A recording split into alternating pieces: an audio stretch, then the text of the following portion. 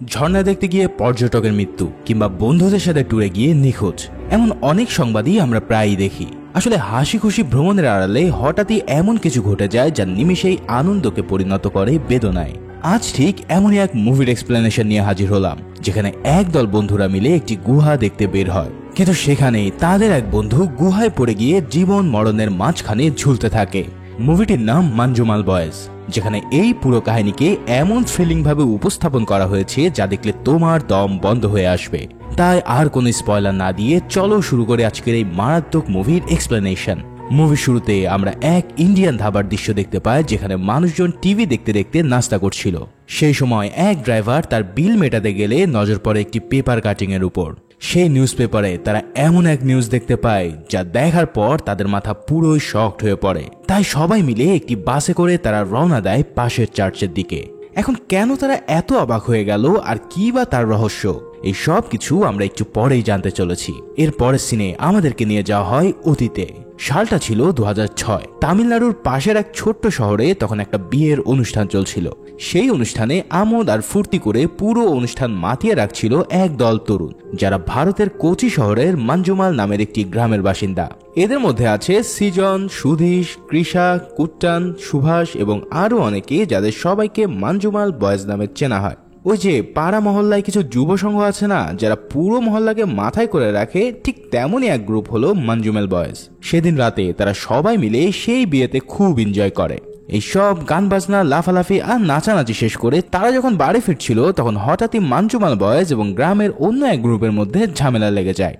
সেই গ্রামে মানজুমাল বয়েজের মতনই বিভিন্ন গ্রুপ ছিল, যারা বিভিন্ন সময় নিজেদের মধ্যে নানা ধরনের খেলার আয়োজন করত। সেই খেলায় যারা জিতত তারা বাকিদেরকে নিয়ে ঠাট্টা করত। এই বিয়ের অনুষ্ঠান শেষেও গ্রামের সেই গ্রুপের মাতাল মেম্বাররা অনেক আগের রশি টানা খেলায় মানজুমাল বয়েজের হার নিয়ে ঠাট্টা শুরু করলে তাদের মধ্যে ঝগড়া লেগে যায়। ক্লাবের সিনিয়র মেম্বার হলো কুট্টান, আর সে এসে এই ঝগড়া থামানোর অনেক চেষ্টা করে, কিন্তু কেউই তার কোনো কথাতে কান না দিয়ে ঝামেলা আরো বাড়িয়ে দেয়। তখন আর কোনো উপায় না পেয়ে কুট্টান এই মারামারি থামানোর জন্য বিয়ের আসরের মধ্যে একটা রশি খেলার প্রস্তাব দেয়। তার সেই প্রস্তাবে দুই গ্রুপ মহা আনন্দে রাজিও হয়ে যায়। তাদের মধ্যে একজন গিয়ে কোথা থেকে যেন একটা দড়িও নিয়ে আসে। এরপর সেই দড়ি বেঁধে শুরু হয় দুই পক্ষের ভীষণ টানাটানি। মানজুমাল বয়েজ এই খেলায় সর্বোচ্চ চেষ্টা করেও হেরে যায় আর মুখে চুনকালি মেখে বাড়িতে ফিরে আসে। পরের দিন মানজুমাল বয়েজেরই এক মেম্বার কৃষা তার অফিসের ছুটি নিয়ে ক্লাবের কিছু মেম্বারদেরকে নিয়ে ক্লাবে যায়, কারণ এই গ্রুপটা অনেক দিন ধরেই গোয়াতে একটা ট্যুরের প্ল্যান করছিল। কিন্তু এই ক্লাবের সব মেম্বারই প্রায় অকর্মঠ ঢাকি এবং তাদের হাতে তেমন কোনো টাকা পয়সাও নেই। ছোটখাটো কাজ করে তারা যে টাকা ইনকাম করে তার প্রায় সবই চলে যায় সিনেমা আর দারু পানি খেয়ে। তাই ক্লাবের সিনিয়র মেম্বার কুট্টানো গোয়ায় যাওয়ার প্ল্যানটি ক্যান্সেল করে দেয় এবং ট্যুরের জন্য নতুন কোনো জায়গা বেছে নিতে বলে। এরপর থেকেই তাদের মধ্যে ট্যুরের ব্যাপারে নানা সময় আলাপ আলোচনা চলতে থাকে। তারই ফাঁকে তারা ট্যুরের গাড়ি কিভাবে ম্যানেজ করবে তা নিয়েও আলাপ করে। একজন সুধীশের ছোটবেলার স্কুল ফ্রেন্ড প্রাসাদের গাড়ি ভাড়া করার বুদ্ধি দেয়, আর সুধীশও সেই প্রস্তাব লুফে নিয়ে প্রাসাদকে ফোন দিয়ে তার গাড়ি ভাড়াও করে ফেলে। যেহেতু তাদের হাতে গোয়ায় যাওয়ার মতন টাকা নেই, তাই কয়েকজন প্রস্তাব দেয় যে চলো আমরা পাশের তামিলনাড়ুরই কোদাই ক্যানেলে গিয়ে ঘুরতে যাই। গ্রুপের বেশিরভাগই এই প্রস্তাবে সায় দেয়। তবে তাদের এই আলোচনার ফাঁকে গ্রুপের আর এক মেম্বার সুভাষ মিটিং ছেড়ে চলে যাচ্ছিল। কুট্টান তাকে থাকতে বললেও সে চলে যেতে চায় এটা বলে যে তাকে বাড়িতে থাকতে হবে। আসলে সত্য বিষয়টা ছিল সুভাষ এই ট্যুরে কোনোভাবে যেতে চাইছিল না, কারণ তার কাছে কোদাই ক্যানেলে যাওয়ার খরচ মেটানোর মতন একটা টাকাও নেই। তবে সুভাষের কপাল খুলে যায় যেদিন ট্যুরের দিন আসে। সেদিন কুট্টান সহ ক্লাবের যারা যারা ট্যুরে যাবে সবাই মিলে এক জায়গায় জড়ো হয়। ভিনেশ নামের এক মেম্বার ট্যুরের কথা তাকে না জানানোর কারণে ভীষণ রাগারাগি করে। কুট্টান জানায় নতুন করে কাউকে নেওয়ারই সুযোগ নেই, কারণ গাড়িতে মাত্র 9টা সিটই আছে। এটা শুনে ভিনেশ সেখান থেকে রেগে মেগে তখন চলে যায়। ইতিমধ্যে সেখানে প্রাসাদও তার গাড়ি নিয়ে এসে পড়েছে। সুধীশ এসে পৌঁছানোর পর কুট্টানকে জানানো হয় যে তাদের একজন মেম্বার কিছু সমস্যার কারণে আসতে পারছে না। একটা সিট খালি হওয়ার কারণে সবাই তখন সুভাষকে ডেকে আনার প্রস্তাব দেয়। তাই কুট্টান গিয়ে সুভাষের বাড়ি থেকে তাকে ডেকে নিয়ে আসে আর তাকে টাকা পয়সার ব্যাপারে চিন্তা করতে নিষেধ করে, কারণ সুভাষের ভাগের খরচ তারা সবাই মিলে মেটাবে বলে কুট্টান কথা দেয়। এরপর তারা সবাই মিলে গাড়িতে উঠে যাত্রা শুরু করে কোদাই ক্যানেলের দিকে। কিন্তু পথের মধ্যে আবারও সিজু নামের আর এক মেম্বার জোর করে গাড়িতে উঠে পড়ে, যার ফলে একজন অতিরিক্ত লোক নিয়ে তারা যাত্রাপথের দিকে যাত্রা শুরু করে। এই ট্রিপটায় পুরো বয়েজ গ্রুপ এতটাই মজা করতে থাকে যে যা মুভি না দেখলে বোঝাই যাবে না। এই সিনগুলো দেখলে তোমারও হয়তো পুরাতন দিনের কথা মনে পড়ে যাবে, যেখানে পুরো গ্রুপ মিলে কোনো এক ট্যুরে হই হুল্লোড় করে তুমি কাটিয়েছিলে। রাতের পাহাড়ি মন্দির, সেখানে পুজো করা, আর সর্বশেষ গানের সিডি কিনে তা শুনতে শুনতে পৌঁছে যাওয়া। সেখানে পৌঁছে মানজুমাল বয়েজ প্রথমে হোটেলে গিয়ে ফ্রেশ হয়ে নেয়। এরপর সবাই মিলে ঘুরতে বের হয় ক্যানেলের দিকে। এই কোদাই ক্যানেলটা অনেকই সুন্দর জায়গা, সারি সারি গাছের বন, লেক আর পাহাড় মিলে খুব সুন্দর দৃশ্য এনজয় করা যায় এখান থেকে। মানজুমাল বয়েজও এই পুরো ট্যুরটি একদম ভীষণ ভাবে এনজয় করছিল। নিজেদের মধ্যে খুনসুটি, ফটো সেশন, বন, পাহাড় আর লেকে ঘোরাঘুরির মধ্য দিয়ে তারা পুরো দিন কাটিয়ে ফেলে। এনজয় করতে করতে তারা এটা সেটা ফেলে প্রাসাদের গাড়ির পুরো 12টায় বাজিয়ে দেয়। প্রাসাদ মুখে কিছু না বললেও বিরক্ত হয়ে সেগুলো পরিষ্কার করতে থাকে। এভাবে সেদিন তারা পুরো কোদাই ক্যানেল ঘুরে প্রচুর মজা করে। পরের দিন তাদের সবাই ফিরে যাওয়ার সময় হলে সবাই গাড়িতে উঠে বসে। হঠাৎ সুধীশ জানায় তারা একটা প্লেস মিস করে ফেলেছে। গাড়িতে এখন কমল হাসানের যেই গানটা বাজছে সেটা শুটিংই নাকি এখানে হয়েছিল। জায়গাটা একটা পাহাড়ের গুহা, যার নাম গুনা কেভ। তাদের ট্যুরের সময় পার হয়ে যাওয়ার পরেও ট্যুরের পুরো মজা মিস করতে না চাওয়ায় সবাই মিলে গুনা কেভে যাওয়ার ডিসিশন নেয়। গুনার কাছাকাছি পৌঁছানোর পর প্রথমে তারা লোকাল দোকান থেকে কিছু খাবার খেয়ে নেয়। এরপর সবাই মিলে সেই পাহাড়টা ঘুরে দেখা শুরু করে। যাই হোক, গুনার কাছে পৌঁছানোর পর তারা তাদের স্বভাব মতোই লাফালাফি নাচানাচি করতে করতে পুরো জায়গাটা ঘুরতে থাকে। ঘুরতে ঘুরতে হঠাৎ তারা এমন এক জায়গায় পৌঁছে যেখানে অনেক বড় একটা লোহার গেট দিয়ে বন্ধ করা। সুধীশ জানায় আসল গুনা গুহা এই গেটের ওই পাশে নিচের দিকে। জায়গাটা খুবই অ্যাডভেঞ্চারাস আর একটু ডেঞ্জারাসও। এই ডেঞ্জারাস নামটা শুনেই মানজুমাল বয়েজের মাথা যেন আরো পাগলামি চেপে বসে। তাদের কথা হলো এই ভয়কে জয় করার জন্যই আমরা এখানে এসেছি। কয়েকজন যেতে না চাইলেও বাকি সবাই মিলে ভিতরে যেতে চায় তাদের অ্যাডভেঞ্চার করার জন্য। কিন্তু এত বড় লোহার গেট তারা কিভাবে পার হবে? হঠাৎ তারা দেখতে পায় গেটের এক পাশ দিয়ে কিছু গাছের শেকড় চলে গেছে, যা দিয়ে ও পাশে যাওয়া সম্ভব। তাই তারা সেখান দিয়ে উঠে গেট পার হয়ে নিচের দিকে যেতে থাকে। ধীরে ধীরে মানজুমাল বয়েজ এসে পৌঁছায় গুনা গুহার মুখে। গুহার ভেতরটা দেখতে অনেকটা পুরনো আর পাথুরে, দেখেই কেমন যেন একটা অ্যাডভেঞ্চারাস ফিল আসে। সবাই ধীরে ধীরে গুহার মধ্যে নেমে পড়া শুরু করে। গুহার মুখে ছিল তার জালি দিয়ে ঢাকা অনেক পুরানো এক কুয়া। কিছু দূর গিয়ে তারা একটা লোহার ছোট্ট ব্যারিকেডও দেখতে পায়। তবে সেটাকেও তোয়াক্কা না করে সবাই ব্যারিকেড পার হয়ে গুহার একদম ভিতরে ঢুকে পড়ে।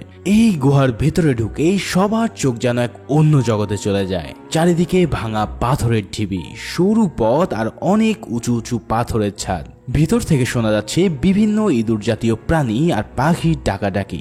এক কথায় পুরো গা ছমছমে আর অ্যাডভেঞ্চারাস একটা পরিবেশ।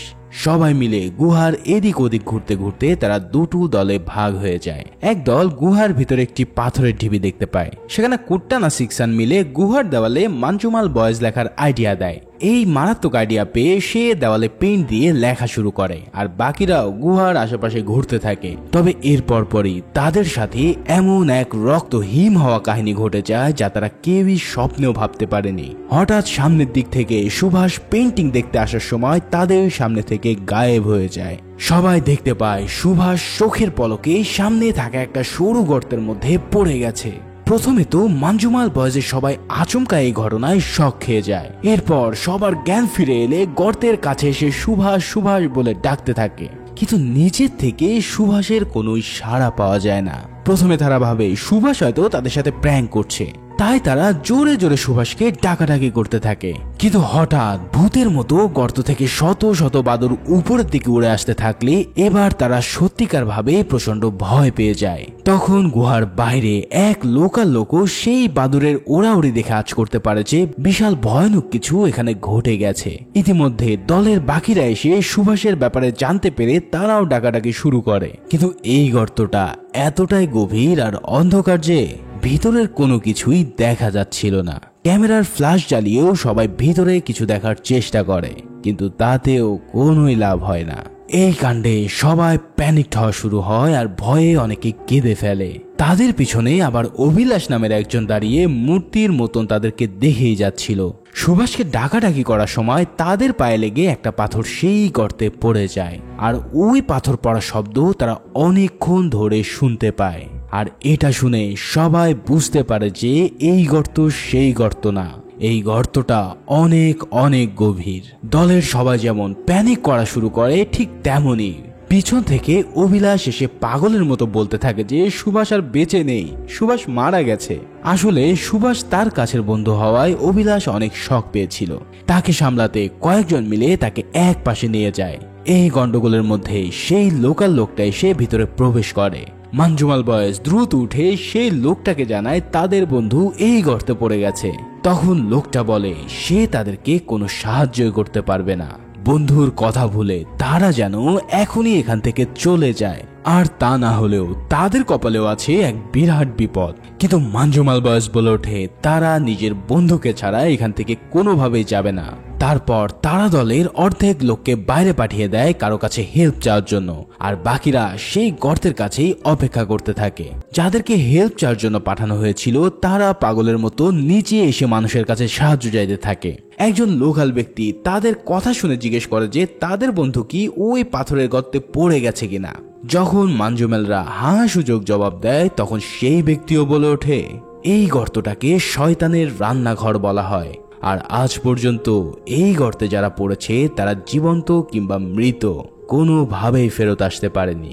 এই কথা শুনে মানজুমাল বয়েজরা আরো অনেক প্যানিক করতে থাকলে সেই ব্যক্তি তাদেরকে প্যানিক না করে ফরেস্ট গার্ডের কাছে যাওয়ার পরামর্শ দেয়। ওদিকে অভিলাষ তখনও সুভাষ সুভাষ করে বকেই যাচ্ছে, তাই তাকে সামলানোর জন্য দুজন থেকে বাকিরা গার্ডকে খুঁজতে থাকে। দৌড়াতে দৌড়াতে তারা সেই চায়ের দোকানের সামনে আসে যেখানে তারা নাস্তা করেছিল। চাওয়ালার কাছে তারা গার্ডের সন্ধান চাইতে থাকলে সে তাদেরকে জিজ্ঞেস করে যে কি হয়েছে। যখন তারা সুভাষের গর্তে পড়ে যাওয়ার কথা বলে তখন চাওয়ালা সাথে সাথে তাদেরকে গ্রামে ফিরে যেতে বলে। কিন্তু সিকশান অনেক বেশি অনুরোধ করতে থাকায় চাওয়ালার মেয়ে পরামর্শ দেয় যে পুলিশের কাছে যাওয়ার জন্য। তখন সিকশান পুলিশের কাছে যাওয়ার জন্য গাড়ির দিকে যায়, আর সুধীশ চাওয়ালাকে গুহার ভিতরে তার সাথে যাওয়ার জন্য অনুরোধ করে। চাওয়ালা অনেক আকুত মিনতির পর রাজি হয়, কিন্তু সে গুহার ভিতরে যাওয়ার আগে সুধীশের হাতে এক গাদা লেবু ধরিয়ে দেয়, আর এই লেবু হাতে থাকলে কোনো অশুভ আত্মা তাদেরকে কিছুই করতে পারবে না। এদিকে বাকিরা সেই লোকাল লোকটাকে অভিলাষের সাথে রেখে দিয়ে আবারও গুহায় চলে যায়। অন্যদিকে সিকশান দ্রুত প্রাসাদকে ডেকে তুলে গাড়ি চালিয়ে পুলিশ স্টেশনের দিকে রওনা দেয়। এদিকে বাকিরা সেই চাওয়ালাকে নিয়ে গুহার ভিতরে গিয়ে দেখতে পায় গর্তের ভিতর থেকে এখনো সুভাষের কোনো সাড়া শব্দই পাওয়া যাচ্ছে না। চাওয়ালা সবার হাতে লেবু দিয়ে গর্ত থেকে দূরে সরে যেতে বলে। এর কিছুক্ষণ পর হঠাৎ উপর থেকে তারা মেঘের ডাক শুনতে পায়, আর তাদের উপর গাছের পাতাগুলো ঝরতে শুরু করে। এরপর এই ভয়ানক পরিস্থিতিতে মরার উপরে খড়ার ঘা হয়ে নেমে আসে বৃষ্টি। বৃষ্টি মানে এখানে ঘোর বিপদ, কারণ গর্তে যদি পানি ঢোকা শুরু করে তাহলে সুভাষের যে কি হবে তা তারা চিন্তাই করতে পারছে না। এদিকে প্রাসাদ, সিকশান আর বাকি আরো দুজন কোনোভাবে বৃষ্টির মধ্যে গাড়ি নিয়ে পুলিশ স্টেশনে পৌঁছে যায়। স্টেশনে ঢোকার পরে প্রথমে হাবিলদার মনে করেছিল এরা হয়তো নেশা টেশা করে সেখানে ঢুকে পড়েছে, কিন্তু কাকতে মিনতি করে তাদের ফ্রেন্ডের কথা বলতে থাকার পর একজন হাবিলদার তাদের কথা শোনে। যখন তারা বলে সুভাষ গুনা কেভের গর্তে পড়ে গেছে তখন সেই হাবিলদারের চোখ কপালে উঠে যায়। তিনি জানান এই গর্তটাকে শয়তানের রান্নাঘর বলা হয়। অনেক বছর আগে এখানে এক সেন্ট্রাল মিনিস্টারের ভাতিজাও পড়ে গিয়েছিল। পুরো পুলিশ ফোর্স আর গ্রামবাসীরা মিলেও তার একটা হাড্ডিও এনে দিতে পারেনি। তাদের কেউই এই 900 ফিটের মতন গর্তে নামার সাহসী পায়নি, যেখানে একটা হাড় এনে দিলে তখনকার সময়ের 15 লাখ রুপি পুরস্কার ঘোষণা করা হয়েছিল। হাবিলদারের মুখে এই সব কথা শুনে মানজুমাল বয়েজরা আরো বেশি ভেঙে পড়ে। এদিকে সেই থানার পুলিশ ইন্সপেক্টর এসে আবার তাদেরকেই লাঠি পেটা শুরু করে দেয়। তার ধারণা এরা নিজেদের বন্ধুকে মার্ডার করে গর্তের নাম দিয়ে যাচ্ছে। মানে বুঝতেই পারছো কি ভয়ানক এক পরিস্থিতি। ইন্সপেক্টর তাদের সবার নামেই এফআইআর লেখার আদেশ দেয়। তারা এত করে সত্য কথা বলতে থাকলেও তাদের কোনো কথা ইন্সপেক্টরের কানে যায় না। ওদিকে গুহার ভিতরে বাকিরা দেখতে পায় সেই গর্তের মধ্যে অনবরত পানি ঢোকা শুরু হয়ে গেছে।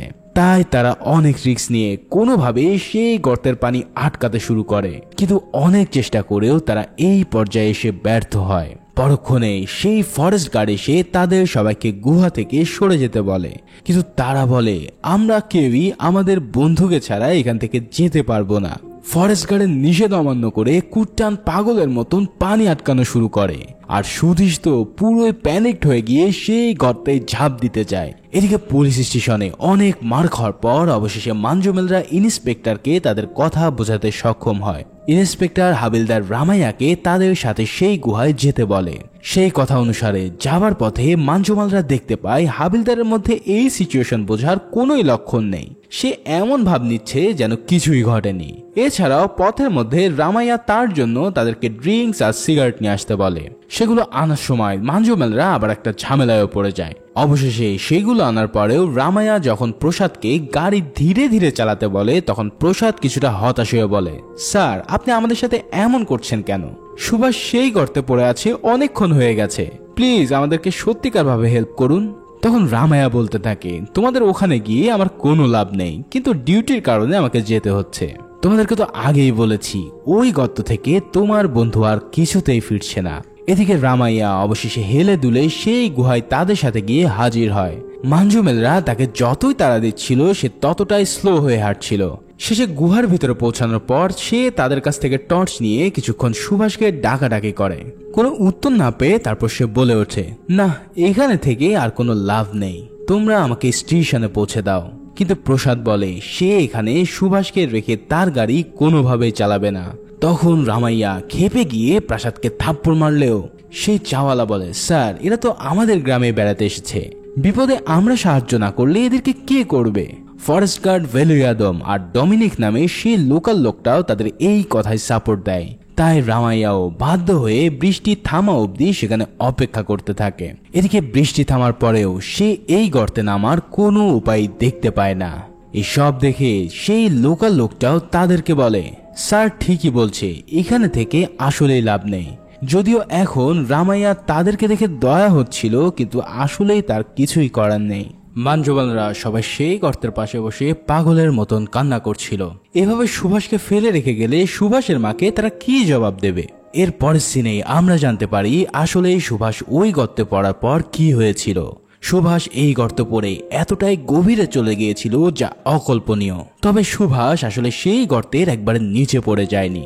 সে গর্তের ঢালে ধাক্কা খেতে খেতে একটা পাথরের উপর গিয়ে পড়েছিল আর তার পুরো শরীর সেই পাথরের কিনারায় ঝুলছিল। সে পড়ার সময় এত বাড়ি খেয়েছে যে তার পুরো শরীর একদম জখম হয়ে আছে। আর এই অবস্থাতে যদি সে এক চুলো নড়ে তাহলে চিরতলের জন্য এক অতল গহ্বরে সে হারিয়ে যাবে। এদিকে সুভাষের জ্ঞান ফিরে আসার পর কাদামাখা অবস্থায় সে পাথরের উপর থেকে চিৎকার করতে শুরু করে। সেই সময়টায় সিকসান গর্তের আশেপাশে বসে সুভাষকে ডাকাডাকি করছিল। ঠিক তখনই সুভাষের সেই চিৎকারের ক্ষীণ আওয়াজ এসে কানে লাগে সিকসানের। সাথে সাথে সে বাকিদের জানালেও বাকিরাও সুভাষের আওয়াজ শুনতে পায়। বন্ধু এখনো বেঁচে আছে দেখে সবাই যেন তাদের প্রাণ ফিরে পায় আর আনন্দে কান্না করতে থাকে। তবে এই আনন্দকে তারা এখন উপভোগ করতে পারছে না। তবে এই আনন্দকে তারা তখনই উপভোগ করতে পারবে যখন সবাই তাকে নিয়ে উপরে আসতে সক্ষম হবে। এদিকে সুভাষের জীবিত থাকার প্রমাণ পাওয়ার পর তারা পুলিশকে কনভিন্স করে সেখানে ফায়ার সার্ভিসের রেস্কিউ টিমকে আনতে সক্ষম হয়। ফায়ার সার্ভিসের সাথে সেখানে একজন সিনিয়র ইন্সপেক্টরও আসে। সে আবার ফায়ার সার্ভিসের কর্মীদের গুহার ভিতরে ঢুকে জাস্ট ফর্মালিটি সেরে চলে আসতে বলে। মানে এখানে কারোরই বিশ্বাস নেই যে ওই শয়তানের রান্নাঘর থেকে কেউ ফেরত আসতে পারে। যাই হোক, সেখানে পৌঁছে ফায়ার সার্ভিসের কর্মীরা ভিতরে গিয়ে প্রথমে গুহার মধ্যে রশি ফেলে তারা সেই রশিটাকে নাড়িয়ে সুভাষকে ডাকতে থাকে, কিন্তু তাতে কোনোই লাভ হয় না। এদিকে সন্ধ্যা হয়ে আসায় মাঞ্জুমেল বয়েজরাও অস্থির হয়ে ওঠে। তারা ফায়ার সার্ভিসকে একজনকে ভিতরে পাঠিয়ে দেখার অনুরোধ করে। প্রথমে পুলিশ তাদের কথায় কান্না দিলেও লোকালরা এসে বোঝায় যে এখানে রশি ফেলে কোনো লাভই নেই, কারণ এই গর্তটা সোজা না বরং এবড়ো থেবড়ো, তাই ভিতরে একজনকে পাঠানোই হবে সবচেয়ে ভালো উপায়। তখন পুলিশের সেই ইন্সপেক্টর লোকালদের কথায় ভেতরে একজন রেস্কিউয়ারকে পাঠানোর আদেশ দেয়, কিন্তু তাতে আবার বেঁকে বসে ফায়ার সার্ভিসের কর্মীরা। গর্তের পুরানো ইতিহাসের কারণে প্রাণের ভয়ে কেউ সে গর্তে নামতে চাইছে না। এছাড়াও এত নিচে অক্সিজেনের লেভেল অনেক লো হতে পারে, তাই কেউই তার জীবনের রিস্ক নিতে চাইছে না। শেষমেশ পুলিশ গ্রামের কাউকে ভিতরে পাঠানোর কথা ভাবে, কিন্তু গ্রামের কেউ এই রিস্কি মিশনে যেতে চায় না। এমনকি যেই ব্যক্তি প্রায় 50টা মার্ডার ও অ্যাক্সিডেন্টের স্থান থেকে ডেড বডি তুলেছিল সেও এই কাজ করতে রাজি হয় না। ভাইরে ভাই, জাস্ট চিন্তা করো কি মারাত্মক অবস্থা। এসব কাহিনী শোনার পর বাধ্য হয়ে রেস্কিউ অভিযান থামিয়ে দেওয়ার কথা ভাবে পুলিশ ইন্সপেক্টর। কিন্তু এভাবে জীবিত বন্ধুকে ফেলে তো আর মানজুমাল বয়েজ সেখান থেকে চলে যেতে পারে না। তাই এবার তাদের মধ্যে থেকে এগিয়ে আসে কুট্টান আর বলে, কেউ না গেলে আমি যাব আমার বন্ধুকে বাঁচাতে। আসলে তার মনে ভেসে উঠেছিল ছোটবেলার কথা, যখন সুভাষ তাদের সাথে নদীতে সাঁতার কাটতে গিয়ে ডুবে যাচ্ছিল। তখন এই কুট্টানই সুভাষকে সেদিন বাঁচিয়েছিল। তাই এবারও সেই দায়িত্বটা কুট্টান নিতে চায়। পুলিশ আর ফায়ার সার্ভিসের লোকেরা ভিতরে থাকা বিপদের কথা বলে তাকে বারবার নিষেধ করতে থাকে, কারণ একজন তো অলরেডি ভিতরে পড়ে আছে, আর আরো একজন যদি ভিতরে চলে যায় তাহলে উপরের থেকে তাদের উপর ব্লেম আসবে।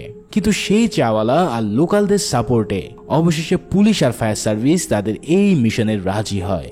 এর ফলে কুট্টানের কোমরে রশি বেঁধে আর মাথায় টর্চ যুক্ত হেলমেট লাগিয়ে দেওয়া হয়। তারপর ফায়ার সার্ভিসের লোকেরা ধীরে ধীরে তাকে ভেতরে নামাতে শুরু করে। দুপাশে লোহার রড গেড়ে কপি কলের রশি লাগিয়ে ধীরে ধীরে কুট্টানকে নিচে নামানো হয়। বাইরে দাঁড়িয়ে থেকে মানজুমেলরা তার জন্য প্রার্থনা করতে থাকে। কুট্টান এই ঘুটঘুটে অন্ধকারের মধ্যে ধীরে ধীরে গর্তের গভীরে নেমে সুভাষকে ডাকতে থাকে। এই গর্তটা পুরোপুরি এবড়োথেবড়ো হওয়ার কারণে কিছু দূর গিয়ে কুট্টান আটকে যায়। তখন সে নিজে থেকে চিৎকার করে রশি লুজ করতে বলে। ফায়ার সার্ভিসের লোকেরা কুট্টানের ভাষা না বোঝায় সুধীশকে এগিয়ে এসে তার সাথে কথা বলতে বলে। সুধীশ চিৎকার করে কুট্টানকে জিজ্ঞেস করে যে সে ঠিক আছে কিনা। তখন কুট্টান জানায় সে ঠিক আছে, কিন্তু এই গর্তটা অনেক স্লিপারি এবং এবড়োথেবড়ো। তার উপরে সুভাষকে কোথাও দেখা যাচ্ছে না, কারণ সে হয়তো অনেক নিচে পড়ে গেছে। এরপর কুট্টানের রশি লুজ করার পর সে পাথরের সরু রাস্তা পার হয়ে আবারও নিচে নামতে থাকে। এদিকে ফায়ার সার্ভিসের লোকেরাও ধীরে ধীরে তাদের রশি ডাউন করতে থাকে। এভাবে কয়েক জায়গায় কুট্টানকে থেমে থেমে আঁকা বাঁকা সরু পথ পার করতে হয়। কিছুদূর নামার পর কুট্টানকে প্রায় 180 ডিগ্রি অ্যাঙ্গেলের একটি ঢাল পার হতে হয়। সেটা পার করার পর কুট্টান আরো কিছু দূর নামে, কিন্তু হঠাৎ উপর থেকে ফায়ার সার্ভিসের কর্মীরা পুলিশকে জানায় তাদের নিয়ে আনা রশি শেষ হয়ে গেছে। তখন পুলিশ নতুন রশি আনতে বললে ফায়ার সার্ভিস জানায় কুট্টান প্রায় 120 ফুট নিচে নেমে গেছে। এর চেয়ে বেশি নিচে নামলে অক্সিজেন লেভেল লো হতে পারে। এই কথা শুনে পুলিশ তখন কুট্টানকে উপরে তোলার নির্দেশ দেয়। উপর থেকে সুধীশ চিৎকার করে কুট্টানকে এই কথা জানালে কুট্টান বলে এত দূরে এসে সে আর ফেরত যেতে চায় না, কারণ এখান থেকে সে সুভাষের চিৎকার স্পষ্ট শুনতে পাচ্ছে, কারণ সুভাষ হয়তো আরেকটু নিচেই আছে। কিন্তু তবুও ফায়ার সার্ভিস রশি টানা শুরু করলে কুট্টান এবার রেগে গিয়ে বলে, আর একবার যদি তোরা আমার দড়ি টানিস তাহলে আমি আমার মাজা থেকে রশি খুলে ফেলবো। ভাই রে ভাই, একেই বলে আসল বন্ধু, যে নিজের জীবনের তোয়াক্কা না করে তাকে বাঁচাতে চায়। যাই হোক, কুট্টানের এমন দৃঢ় কথা শুনে ফায়ার সার্ভিস বাধ্য হয় নতুন দড়ি আনার জন্য, আর সেটা জোড়া লাগিয়ে আবারও কুট্টানকে নিচে নামানো হয়। এবার আরো কিছু দূর নেমে কুট্টান এদিক ওদিক টর্চ মেরে হঠাৎ পাথরের ঢালে ঝুলতে থাকা সুভাষকে দেখতে পায়। সাথে সাথে কুট্টান চিৎকার করে সুধীশকে জানায় যে সে সুভাষকে দেখতে পাচ্ছে।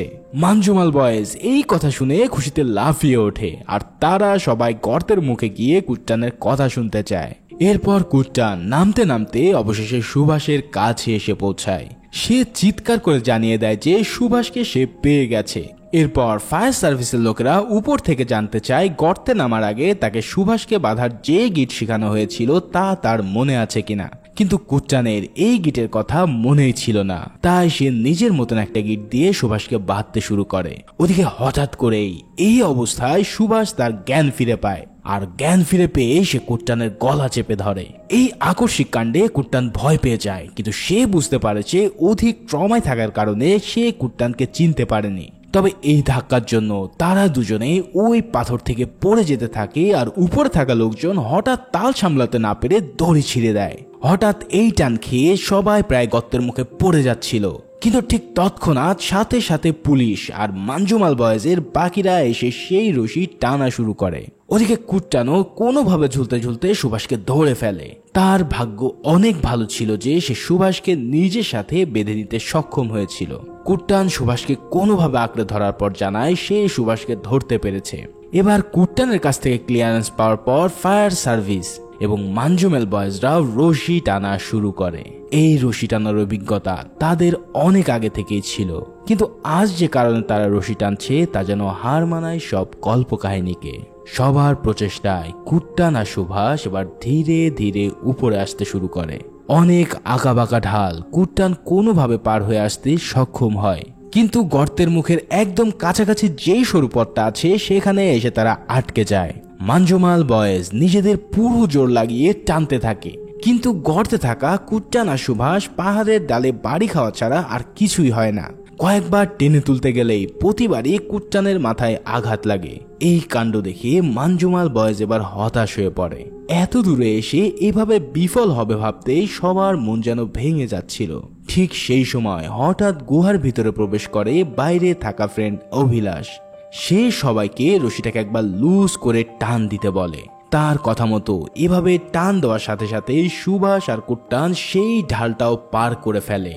আর অবশেষে কুট্টান এবং সুভাষ সেই শয়তানের রান্নাঘর থেকে বের হয়ে আসতে সক্ষম হয়। এমন অকল্পনীয় দৃশ্য দেখে সেখানকার সবাই একই সাথে হতবাক আর উল্লাসে ফেটে পড়ে। তবে তারা এক মুহূর্ত দেরি না করে তাকে হসপিটালে নেওয়ার কাজ শুরু করে দেয়। এত বছর ধরে যা পুরো দেশের মানুষ করতে পারেনি আজ তা করে দেখালো ছোট্ট এক গ্রামের কয়েকজন দুরন্ত যুবক। তাদের মধ্যে কেবল ভালোবাসা ও বন্ধুত্বের সর্বোচ্চ টান থাকার কারণেই এমন অসম্ভবকে তারা সম্ভব করে নিয়েছিল। এই সুভাষকে নিয়ে ফেরার পথে গ্রামবাসীরা তাকে দেবতার সাথে তুলনা করতে থাকে, কারণ ওখান থেকে ফিরে আসা একমাত্র মানব হলো এই সুভাষ। যাই হোক, এরপর সুভাষকে নিয়ে যাওয়া হয় হসপিটালে। আর সুভাষের প্রাথমিক চিকিৎসার পর ডক্টর জানায় যে ওর বড় কোনো ক্ষতি না হলেও মানসিক ট্রমায় সে বিপর্যস্ত, তাই দ্রুত তাকে বড় কোনো হসপিটালে ভর্তি করা দরকার। কিন্তু এর জন্য আগে তাদেরকে পুলিশি ঝামেলা শেষ করতে হবে। তবে হসপিটালের ডক্টর তাদেরকে পুলিশি ঝামেলা শেষ করতে সাহায্য করার কথা দেয়। মানজুমেল বয়েজ অবশেষে ডাক্তারের সাহায্যে পুলিশি ঝামেলা কাটিয়ে তাদের বন্ধুকে নিয়ে আসে।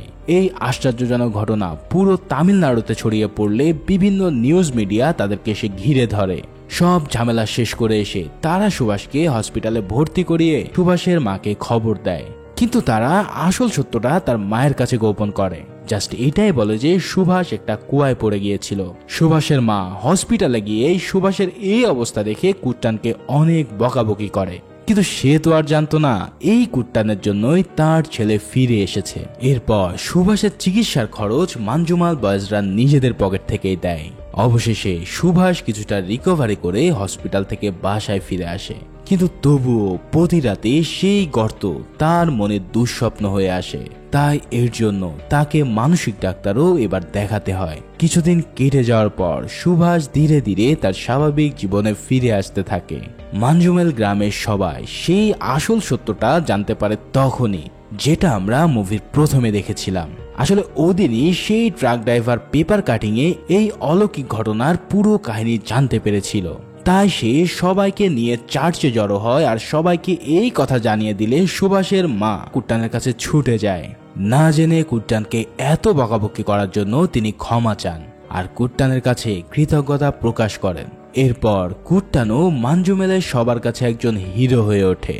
মানজুমাল বয়েজ শুধুমাত্র তাদের মনোবল আর বন্ধুর প্রতি ভালোবাসার জন্যই এই অসাধ্য সাধন করতে পেরেছিল। বন্ধুত্বের এই কমিটমেন্টটা যে মিরাক্কেলকেও হার মানাতে পারে তা তাদের দেখলেই সহজে বোঝা যায়। আর এভাবেই তারা শুধুমাত্র বন্ধুত্বের জোরেই প্রাণ বাঁচিয়ে নেয় তাদের বন্ধুর। ঠিক এভাবেই এই অসাধারণ অ্যাডভেঞ্চারাস মুভিটিও এখানেই শেষ হয়ে যায়। ভিডিওটা ভালো লেগে থাকলে অবশ্যই একটা লাইক করে দিও, আর সেই সাথে নতুন হলে সাবস্ক্রাইব করে পাশেই থেকো। সবাই ভালো থাকো, সুস্থ থাকো। আল্লাহ হাফেজ।